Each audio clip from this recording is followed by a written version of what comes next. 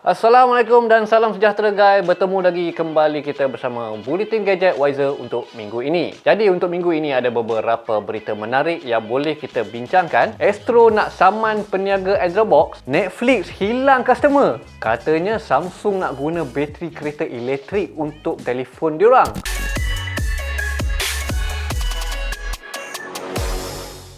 Astro dikatakan boleh kenakan tindakan undang-undang kepada penjual Android Box. Baru-baru ini, seorang penganalisis menyatakan bahawa Astro boleh mengenakan tindakan di bawah Seksyen 51B. Hal ini kerana Astro merupakan pemilik asal kandungan tersebut berdasarkan Akta Hak Cipta Pindaan 2022. Jadi, ini bermakna vendor atau penjual kotak Android Box boleh dikenakan tindakan undang-undang oleh Astro Holdings dan Berhad kerana memiliki kandungan yang tidak sah milik syarikat tersebut. Pada tahun lepas, Mahkamah Tinggi Kuala Lumpur telah pun membuat keputusan bahawa jualan kotak Android Box yang mengandungi kandungan cetak rombak adalah diharamkan. Sebelum ini telah dilaporkan tentang Astro yang kerugian akibat kehilangan pelanggan mereka dan salah satunya berpunca daripada penjualan kotak Android Box yang tidak sah ini. Walau bagaimanapun, terdapat juga pendapat keuntungan Astro mungkin tidak akan berubah kerana hasil ganda Astro hanya meningkat 1 hingga 2% sahaja selepas 30% keuntungan mereka jatuh merudum sejak dalam tempoh 6 tahun yang lalu. Netflix memaklumkan mereka telah kehilangan lebih daripada 200,000 pelanggan pertama kalinya untuk dalam tempoh 10 tahun ini. Netflix baru-baru ini telah memaklumkan bahawa mereka telah kehilangan begitu ramai para pelanggannya yang dianggarkan lebih daripada 200,000 pelanggan mereka. Untuk pertama kalinya, Netflix menyatakan bahawa mereka telah kehilangan pelanggan dalam tempoh 10 tahun ini. Keadaan ini sekaligus telah membantutkan sasaran awal mereka yang mensasarkan 2.5 juta pelanggan untuk suku pertama tahun ini. Keadaan ini sudah pasti menjejaskan sasaran mereka. Mungkin terdapat beberapa faktor yang disebabkan keadaan ini berlaku. Salah satunya adalah berpunca daripada pesaing-pesaing mereka seperti Hulu, Amazon dan juga YouTube. Tetapi mungkin isu yang lebih panas adalah berkaitan dengan isu perkongsian akaun Netflix. Dan disebabkan itu juga, Netflix baru-baru ini juga mengumumkan bahawa mereka sedang bercadang untuk mengenakan kos tambahan kepada akaun-akaun Netflix yang berkongsikan akaun mereka dengan orang yang lain. Jadi, pemegang akaun Netflix tersebut akan dikenakan caj tambahan pada masa akan datang. Tapi nampaknya Netflix seperti sedar keadaan mereka sekarang ini. Jadi mereka siap-siap menyatakan bahawa mereka mengunjurkan akan kehilangan 2 juta lagi pelanggan dalam suku kedua tahun ini. Peniaga Shopee akan dikenakan caj untuk barang yang dipulangkan dan yang dituntut semula mulai bulan depan. Mulai 9 Mei 2022 bulan hadapan, peniaga akan menanggung penghantaran dan pemulangan bagi setiap pesanan yang tidak berjaya, iaitu dalam kategori return dan refund. Kedua-dua caj ini akan dikenakan apabila pembeli mendapat wang mereka semula ataupun barang dijual dipulang kembali kepada pembeli jika ia akibat kesalahan penjual itu sendiri. Ini bermakna jika barang rosak, tidak lengkap, salah ataupun palsu, maka secara automatik penjual itu sendiri akan menanggung kos tersebut.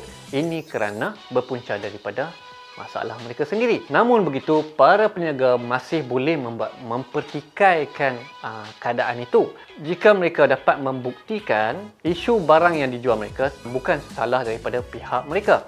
Shopee menerangkan 6 keadaan di mana penjual tidak akan dikenakan caj. Satu adalah penjual tidak akan dicaj jika mereka memenangi kes return dan refund.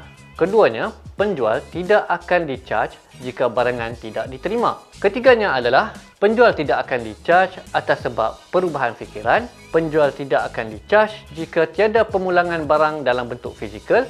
Tiada caj jika pembeli menggunakan penghantaran bukan Shopee supported logistik, dan caj akan dibayar balik kepada penjual jika Shopee mengesahkan bahawa barangan tersebut telah rosak disebabkan rakan kongsi logistik.